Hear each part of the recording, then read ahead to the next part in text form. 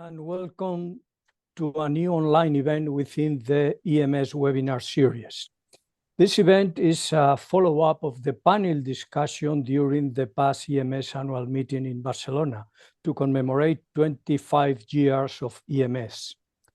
In this occasion, we bring together a distinguished group of panelists who played and are playing a leading role during these 25 years.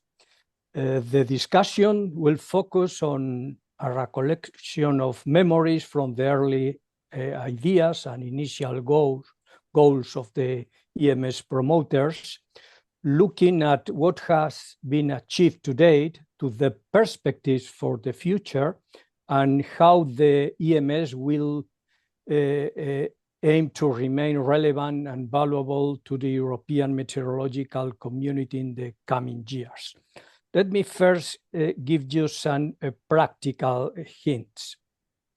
The webinar is being recorded and will be published later on the EMS YouTube channel. So please decide your degree of exposure when asking questions. You may use your micro, your camera, or the chat function when intervening. Please send your suggestions for new topics and speakers to us. Whatever topic you consider could be attractive or interesting, it's sure it would fit to this format. All panelists will be given a time slot of initial 5 minutes for a short statement, a short intervention, and then they will take questions from the audience via the chat function. Please use this chat to write your question, or if you prefer, raise your virtual hand, clicking on the corresponding icon on your screen. In this case, turn on your micro or your camera if you wish, when given the floor. Vesna Juricic will organize and group the questions and finally will read them.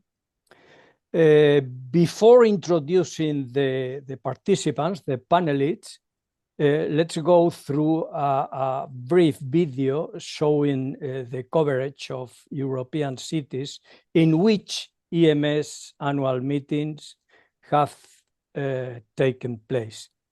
Please, Liz, go ahead with the video.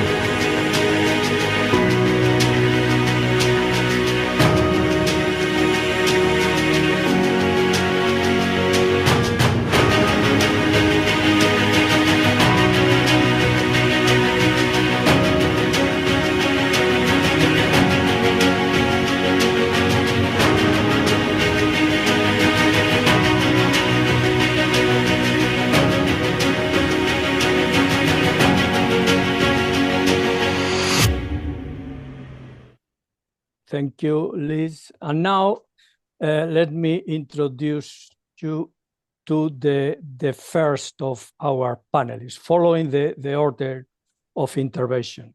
First, Dominique Marbouty from the French Meteorological Society and also current EMS Vice President will intervene. Please, Dominique.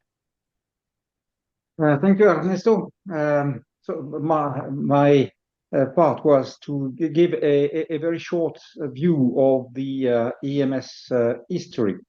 I will start for a long time, so mainly operational meteorology that started in the 19th century. And from there, I would say meteorologists learned to exchange worldwide.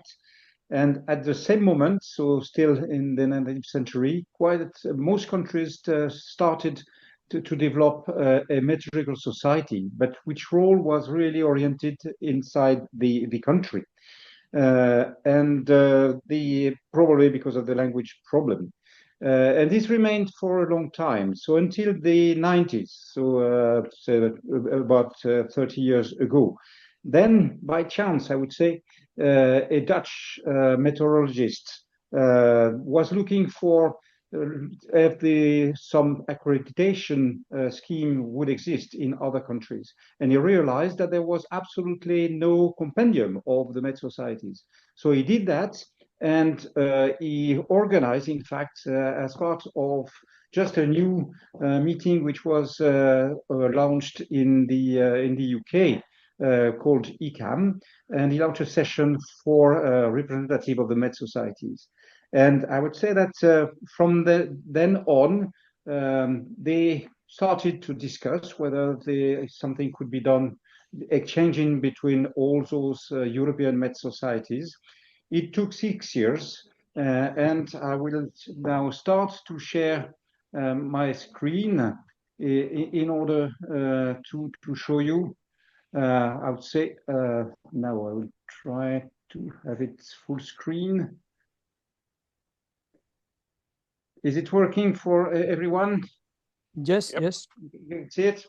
So you see here, in fact, the meeting which took place in Norrköping in 1999, which was the place and the day when the EMS, the European Meteorological Society, was launched. And you could recognize some, I would say, of those who were responsible for building this society.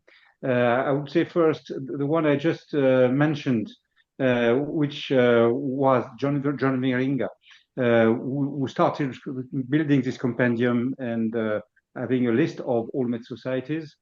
René Morin was the first president, and he has been the architect of the EMS. He was extremely keen to develop these societies. And the second president was also part of the building this architecture, Werner Wöhry, from Germany. And that's how it's this first the Met Society, the European Met Society, was built. From then on, you can see on this second slide that it was very quick in some way to get to having almost all Met societies in Europe involved in the European Met Society. That was done really very rapidly. So, and the very first years, and it will be also developed by Arne later on, but with the EMS launched quite a lot of activities, usually setting up some groups, some committees to work on that. But among the activities which were developed, immediately a newsletter was distributed to all members. There was also a website which was also done very quickly, similarly to, I would say, having some exchange with all societies. There was also development of awards and development of a Euro Photo Meteo, so a photo competition. But definitely the most important development, and that was really the goal from the very beginning, and because René Morin, the first president, had been participating in the EMS annual meeting, so in the US, and that's really what he wanted to create in Europe, the equivalent of what he wanted to create in Europe. So what he, I can see only part of it, but I suppose it's simply that's fine. And so was developed an annual meeting from the for the EMS, which what you see on this picture. In fact, the number of participants year on year, and you can see that it is, I would say, regularly increasing. It depends, obviously, on how easy it is to get on the facility, but you can see that this is increasing, and for the first time in the history of this annual meeting, we have now reached more than 1,000 participants. For those meetings also, there has been several evolutions. The first one was in 2004, where we started to have a really a scientific meeting. The second evolution important was in 2017, where there was a reorganization of all the session. And the third important one, very important one, was following COVID, where in fact the meeting became a dual meeting with some participants online and some participants, I would say, in the rooms. And that's how EMS has developed. More recently, just last year, we have launched now a new journal, which is called the Journal of the European Med Society. And I will take the opportunity about this to tell you that, in fact, there will be in this journal an article on the EMS history, which is going to be published in a few weeks. That's all I could say about that. So you had given me 4 minutes. I didn't launch my chrono, but I hope I'm in the right time. Okay, thank you, Dominique. The next speaker, the next panelist is Arne Spekat from the German Meteorological Society. He also was EMS Executive Secretary between GR 1999 and 2005.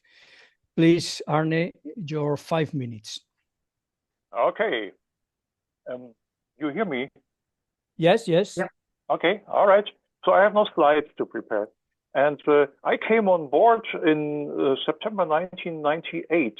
And there was a group, like Dominique just mentioned, those really very motivated individuals who wanted to found this society. And they were meeting at the German Med Society conference. It was sort of like an annual meeting of the EMS was on German national level. There was René Morin from France, there was Werner Wehry, there was from England, there was Dan Cornford and David Exford a little bit as the watchdog, I might say. John Wieringer was there from the Netherlands and Fritz Neurath from Austria. And early on, Fritz Neurath told me, beware of old men. Now I am one myself. So they got together and they hammered out the constitution of the EMS, and hammered out is really verbally taken, because Dan Cornford bought an old typewriter, an old travel typewriter, and so the clicking of his types is kind of a soundtrack to my ears from starting all of that. And plus, we didn't only write the constitution down, but also the rules of procedure for the council meeting and the general meetings. And the language was, of course, English, and there was some legalese and probably also taken from the constitution of the Royal Med Society. But since the European Med Society wanted to register in Germany as a public charity, we had to a little bit abide to the rules that apply, and the advantage was tax exemption. And to follow these rules, it seems like all the enthusiasm of the first time, they were so gung-ho on the progress of the EMS that they forgot to put something in for the dissolution of the EMS. It was the German authorities, diligent as they were, who pointed out that we made a good, nice constitution there, and the translation was okay, but please provide us with something for dissolution. So something we would probably think never would happen needed to be inserted. I found that quite curious. Then, of course, the initial debate was, is it good to have a society of societies? Because there were individuals who were asking to become member of the EMS. And then the decision was made to have a society of societies. And then we were thinking of what do we consider Europe? And Europe can be like continental Europe. And we used the original association number 6 of the WNO for that. A challenge, of course, was also to think about how to maintain the motivations of the member society to be part of EMS and to remain part of EMS and to fund EMS. And to have that, a big idea was, for one, the conference. So to have a big European Meteorological Conference that was going alongside with the ECAM and ECAC conferences for the first like 15, 18 years. And as there was a formula for that, we said it may be in competition with those, but we want also cooperation, and cooperation does not exclude competition. So that was therefore we as the EMS thought strategic partnerships with these conferences, and also with the European Geophysical Society that helped a lot setting up the EMS conference and the EMS annual meeting, plus the cost activity of the EU, which was funding. Okay, I see that. Let me just finally say one of the major problems was to get enough funding. I was the most expensive part for a long time, and there we recently we soon came up with the idea of associate members that was shown in the graph of Dominique very well. And with that, and waiting for further questions, I give back to Ernesto. Thank you. Okay, thank you, Arne. The next panelist is Tanja Cegnar from the Slovenian Meteorological Society and current chair of the EMS Media and Communication Committee. Go ahead, Tanja, with your presentation.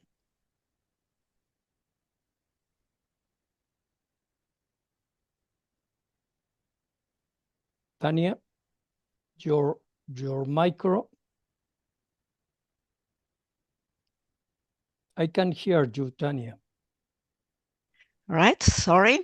Okay. I have to start again to okay, share. Perfect. Because I have lost my share. Okay, I just said thank you for the introduction, Ernesto, and hello to everybody who is attending this webinar today. I will share my personal memories, some of them, and my experience in working within the EMS. I see the EMS as a community of meteorologists building professional relationships, learning from each other, and also serving the society together. I must mention that the first president of the EMS, René Moran, really guided me, directed me towards the communication, because my job at that time at home was adaptation to climate change and human biometeorology, not really communication. So the first terms of reference, the first terms of the communication, media and communication committee was this, and most of them are still valid, but more or less we focus on media awards, some training, workshops and symposia, but also we cooperate with other institutions, especially WMO, EIBM, and American Met Society. So communication is essential to build a community. And sometimes we also had a special table for the media committee and media awardees at our social events. I think that was very helpful to build this big family of people involved in communication. Of course, there are different kinds of communication, and we wanted to focus on effective communication. So we wanted to learn from the best in this field.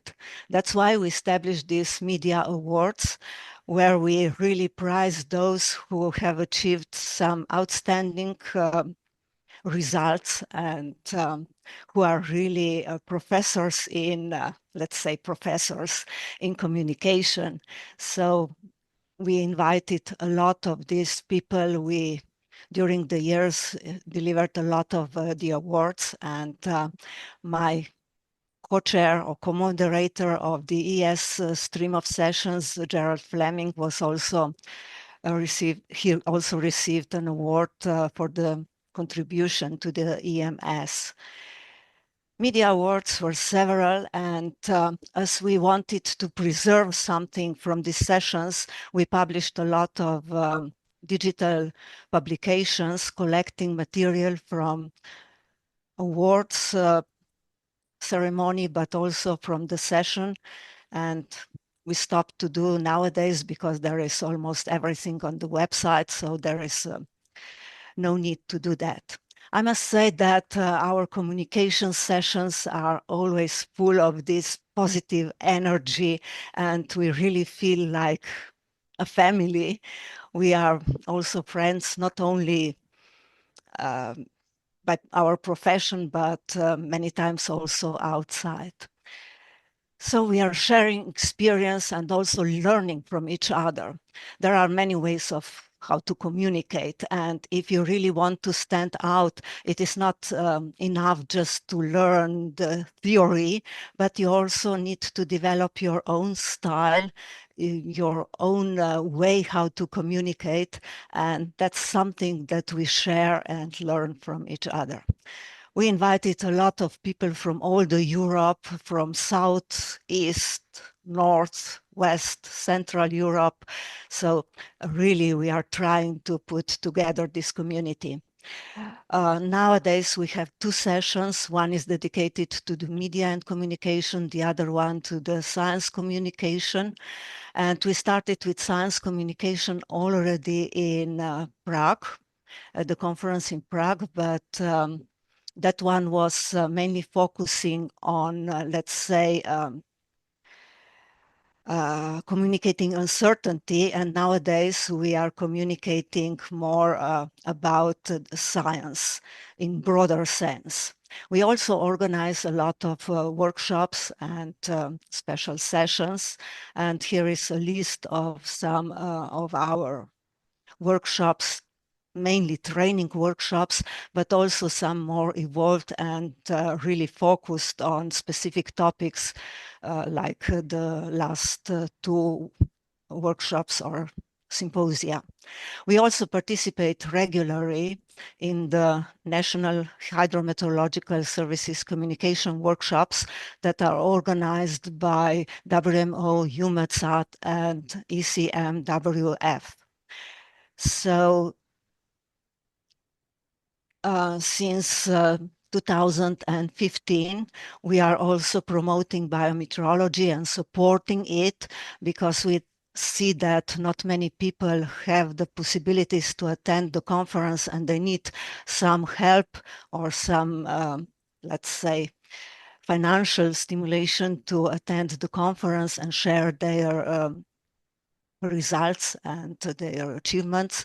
So Trump Foundation is supporting at least 6 young scientists to attend the conference, and it is also prizing one exceptional achievement in the field of biometeorology. Mainly, this is, let's say, a paper.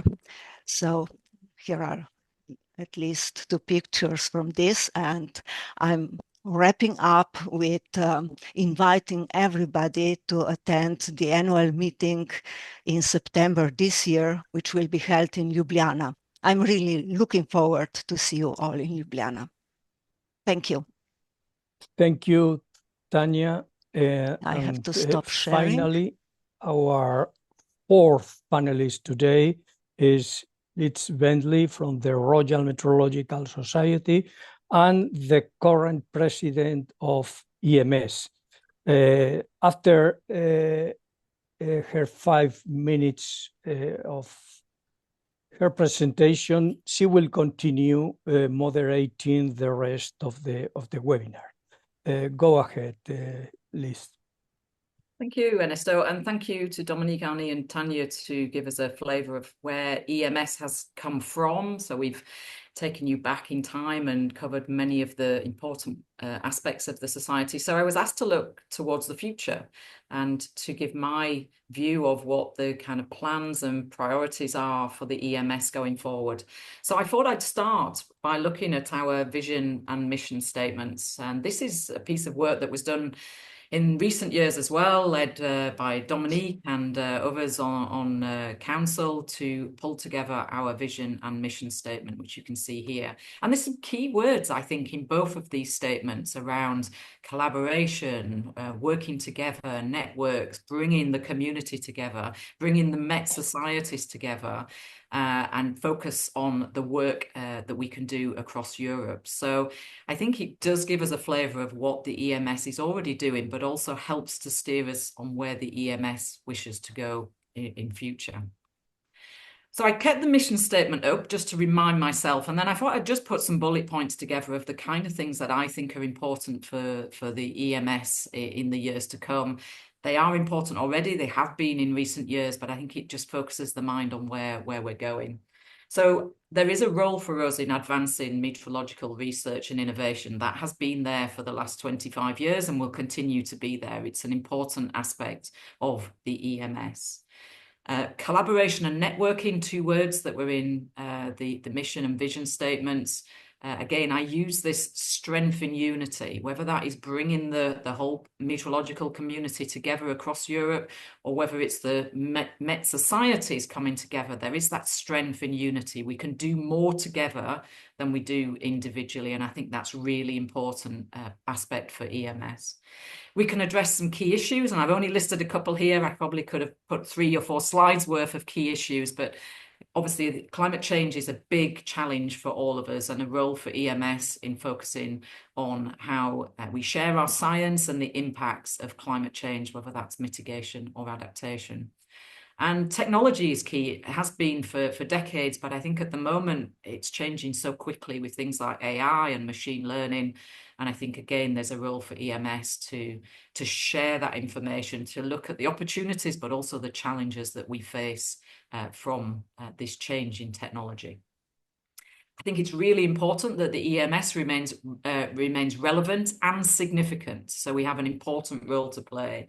And I've added 2 bullet points here. So I would like to see an enhancement in our public engagement and the work we do in education. We've tried to kind of crack these nuts, I think, in recent years. We've really tried that challenge of how we can do more in public engagement and education. And I would like to see us revisit that in the years to come and hopefully make some headway. And I also think in recent years, we have made some success, and I'd like to continue how we address equity and inclusivity across the Met sector. I think we have a role to play there. I think the sector is becoming more diverse, but I think there is definitely a way to go, and we have a role to play there. So increased recognitions for meteorological contributions. We do this for our awards, and I think that's something we want to continue to recognise the excellence in the people and the science and the work that we do. And then the final point I have is the EMS being a leader in the sustainability. So I will talk a little bit more about that in my next slide. So linking all of those points into the things that we already do and that I want to see us continue to do and grow. Obviously, we have the annual meeting, and I want to see a growth in the number of participants that come to that. As we've already mentioned, we saw more than 1,000 delegates participate in our meeting last year in Barcelona. I'd like to see that number continue to grow, but also to diversify as well. I think it's really important that we are inclusive to as wide an audience as possible. I'd like to see further growth in member societies. There are still some countries that do not have a Met society. How can the EMS help those countries and bring them as part of the EMS, but also growth in our associate members as well. So that's something I would like to see growing over the years to come. Our awards, I think we do recognise excellence, but the sector is always changing. It continues to change. So we need to make sure our awards are relevant and that we maybe see a growth or a broadening in the types of awards that we offer.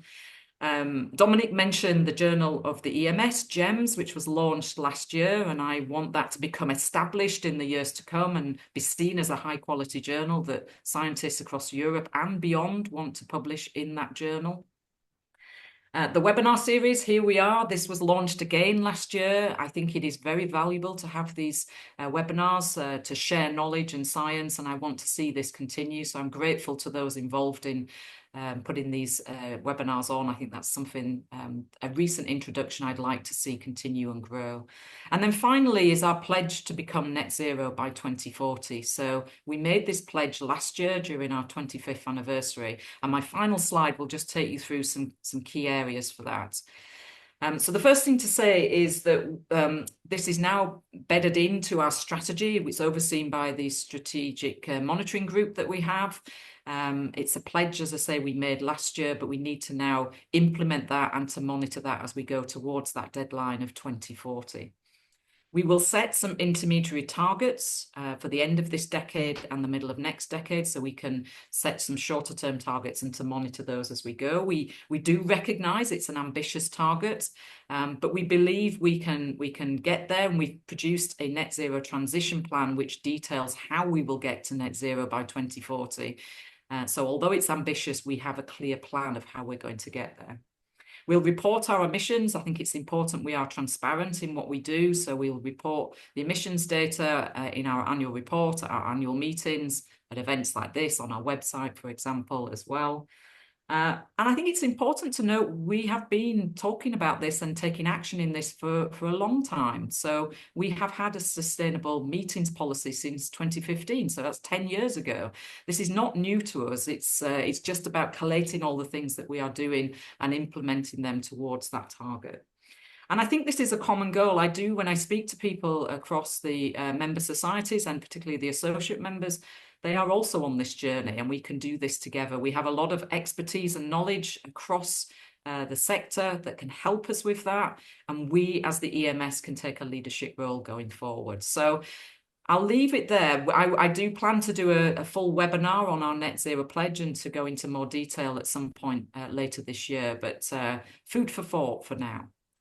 So we're going to move into the panel discussion. And again, I would encourage any questions from the audience to be posted in the chat so we can come to that. But I'm keen to get the views of our panel members on their future aspirations for the EMS. So where do you, as panel members, want to see the EMS in the kind of decades to come? And I'm going to start with Arne, if I can. Okay. Well, let me first say on a personal note, I was entering the ship when I was in my 40s, and now I'm nearing my 70s. And I must say some of the very best years of my life was during the time of the EMS. It felt like Tanja already mentioned, it felt like a family. And this is what I expect or hope that EMS will remain. It is not like the Europe of two velocities, where the big societies and the big players are leading. It's also a kind of grassroots movement where smaller societies like Iceland, 20 or less members, places like those, they also feel at home. And this kind of family spirit is something that permeated through the first years. And I hope this is something that will continue on. And the other thing I want to mention is the EMS annual meeting. That was partly also my baby when I was the secretary. And it became a nice conference. We were always looking at 800 participants. That was like the sky, our limit. And I'm glad to see that this has gone over 1,000 now. And this is something I also hope that this conference brings together a family of societies and also a family of scientists. Let me just finally say, we had always the European Geophysical Conference as kind of a nemesis. We were looking at them and saying, oh my God, 8,000, this is way too large. We don't want to be like that. So it was good that it existed, because it gave us a bad example on how much growth is really overgrowth. And I think the growth that the EMS annual meeting has done is in perspective and very well managed. Thank you. Thank you, Arne. I like that word family. I think it encapsulates what it is we want to do here. So yes, a really good word. Thank you. Dominique. You're on mute, Dominique. Dominique, your microphone is muted. I will have something somewhat similar to what Arne said.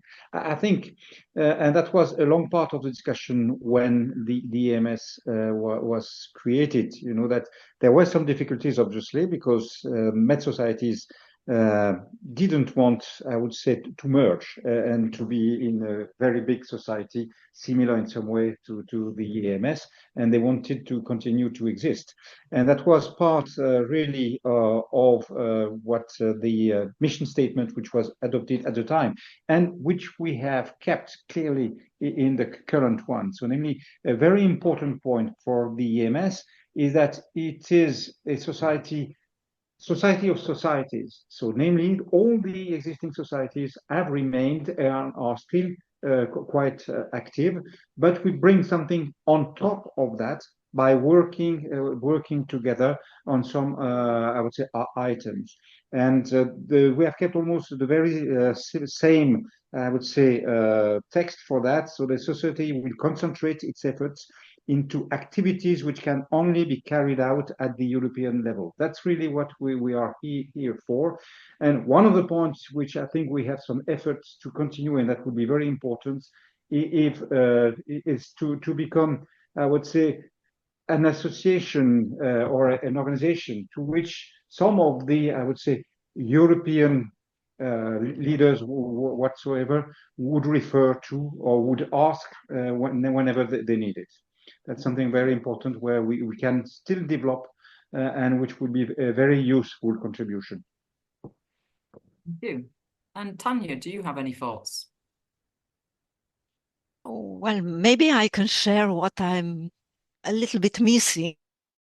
I think that we need to attract more people or colleagues working in private companies. I think that their share, the attendance of the conference is quite small. I would like to have more people working in operations and in applications, because at the beginning, when we started with the EMS, the conferences were really focusing on applied meteorology, applied climatology. We were also looking forward to bring in the end users.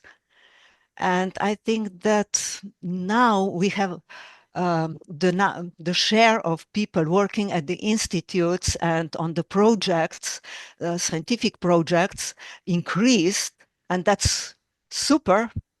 But we are missing a little bit those people who are working in operations, those who are providing information to the society on a daily basis, because they are also doing a lot for the society, and they are our colleagues. They are part of this big family of meteorologists in Europe.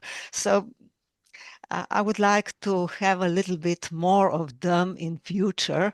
I know it is very difficult. It is difficult also because of the financial part, because if you work in a private company, it is very difficult to go away for the whole week, attend the conference, take time to socialize with other colleagues, but and it also costs money, of course. So, but anyway, I think that this should be one of our aims for the future. Yeah, and I would agree with that. I use the word diversity, kind of growth in diversity, and I mean that in the broadest sense. So again, I want to make sure that we represent everybody who works within the sector, and that includes academics, those in operational roles, those at the user end, whether it's public, private sector. So I think, I think you're right. I think we need to be appealing and relevant to all of those audiences, and that's something to focus on. Thank you. So any questions for our panel, please do put it in the chat. I'm going to just move on and just get you to think. I mean, I think you've mentioned maybe one of the obstacles, Tanja, but maybe we could just focus on what you feel are the current challenges, but also the opportunities for the EMS as we kind of move into the second half of this decade. What do you think we need to be cautious of, but also we could maybe you know, grasp and run with? What are the opportunities and challenges? So I'm going to start with Dominique this time, please. Well, I think I would almost repeat myself, but I've mentioned as an opportunity, there is a need really to provide all the necessary information, in particular about climate change. I know it's difficult, but it's something where we have to continue to stick on, and where we are absolutely necessary, and with no possible replacement for that. And bring together all the various communities, as was mentioned by Tanja, definitely. Thank you. Tanja, do you want to go next? Well, I think that we have more opportunities to reach out to the society, to lay people, at least in the city where the conference takes part, because I really enjoyed those let's say, side events during the conference in Trieste and in Prague, where a special event was organized for a broader community, for those who were not attending the conference, but we conveyed what was going on, what we can offer to the society as meteorologists, because I think we really have, in the time of this climate change, and now with some changes at the political level, we really need to reach out and explain people why let's say adaptation is really important, how we support with our knowledge, our products, our services, adaptation.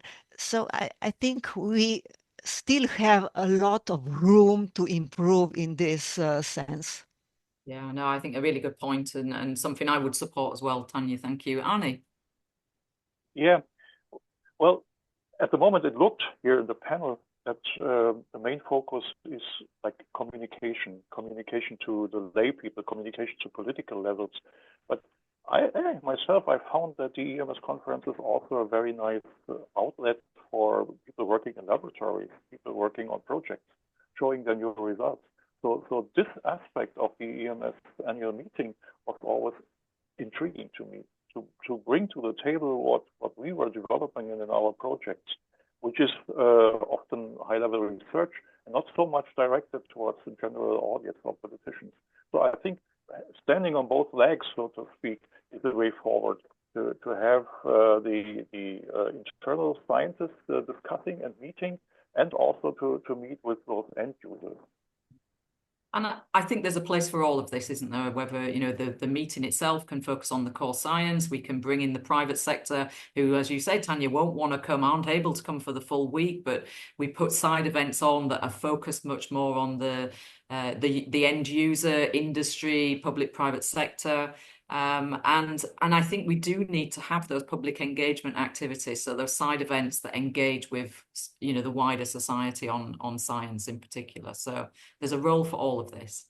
So Ernesto, I notice your hand is up. Do you have a question for the panel? Yeah, it's a question. I remember during the first meeting that there was many planned objectives, and I think that some of them has not yet been achieved.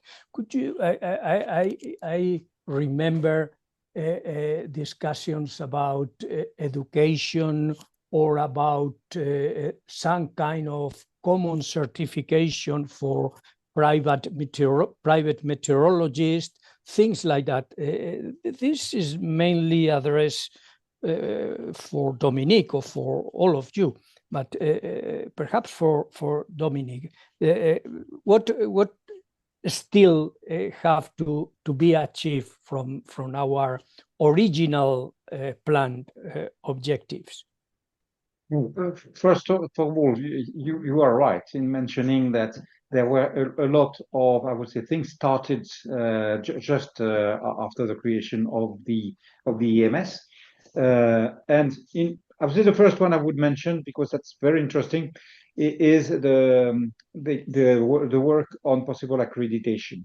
That was exactly the thing which is at the root of the creation of the EMS, with the work done by John Viringa.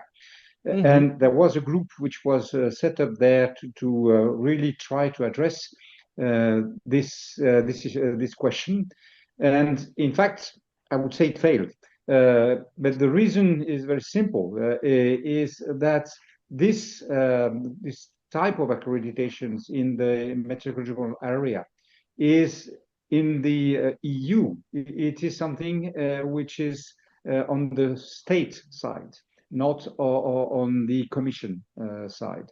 So therefore, it was clear that trying to develop a common scheme, I would say, at the European level was very difficult to do. It might evolve in the future. We don't know. There are a lot of discussions about what the roles. Well, there is also the question of where the UK would stand, of course.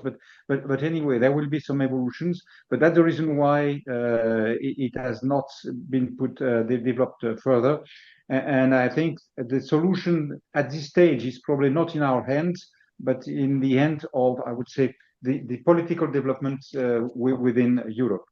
The second one, which has been mentioned by Liz, was also the work which was done in order to try to provide information about all educational systems in meteorology, climatology at the time, not too much, but in those areas. This is something which was abandoned, but simply because we realized that it was extremely difficult to maintain it. There was a project funded by the EU, which allowed in some way to build, the list of all this, I would say, education system existing in Europe, which was exactly the goal. But then transforming this into something which would continue for years would need a very big, I would say, effort year on year.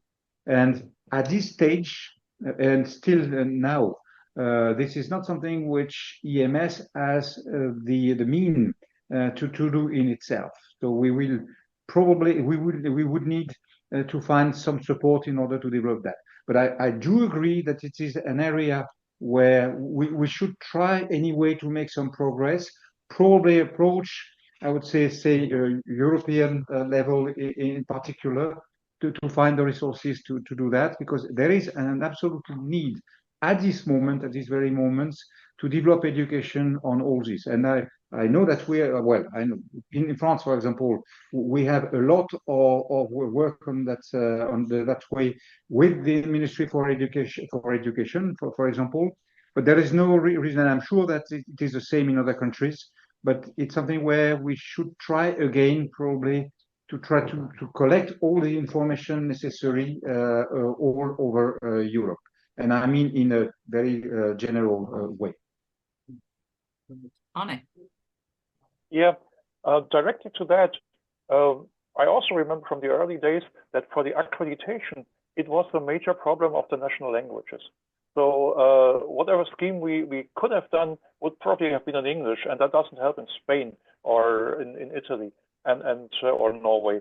And therefore, it was kind of an unsurmountable problem to have this kind of unified accreditation scheme. We came earlier on to the decision, sorry to say that, Ernesto, but that was a part we could not pursue.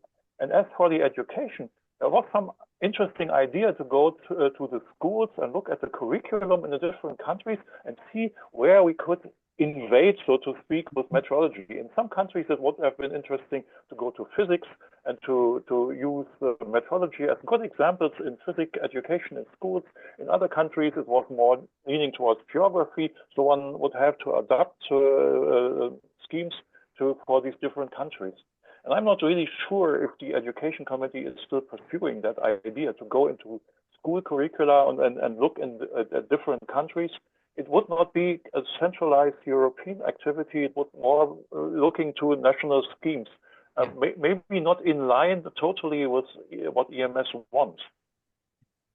No, indeed. I think a challenge, the language is a challenge, and obviously the different systems, curricula from country to country is a challenge. But I think there's some common ground here. And I think that's what we need to look for and work together on. So we have a question from Anne. I'm looking to Ernesto. I'm going to take this question and then probably do a final question to wrap up. So let me know if you need me to wrap up a bit quicker. But Anne has asked, could you tell us more about how much the EMS is involved with the COP, the Conference of the Parties, and how you see the future on lobbying EU politicians? So I'll start with that one. If anybody else on the panel wants to pick that one up, and I know there will be members of our member societies who are attending COP in various roles. I attend COP in particularly wearing my Royal Meteorological Society role. So we have observer status at the COPs.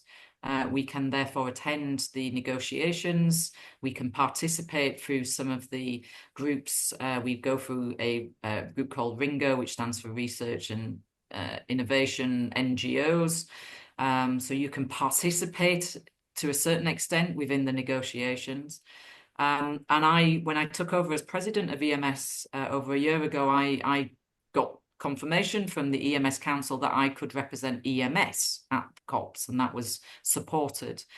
I think coordinating that, so there are definitely people across Europe, part of EMS or the member societies of EMS who are involved in COP.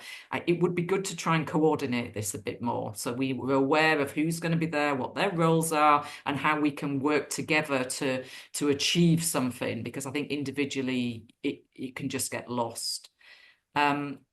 Regarding the role for us for lobbying EU politicians, I think the word lobbying is a challenge here. So I would probably change that to being an advocate.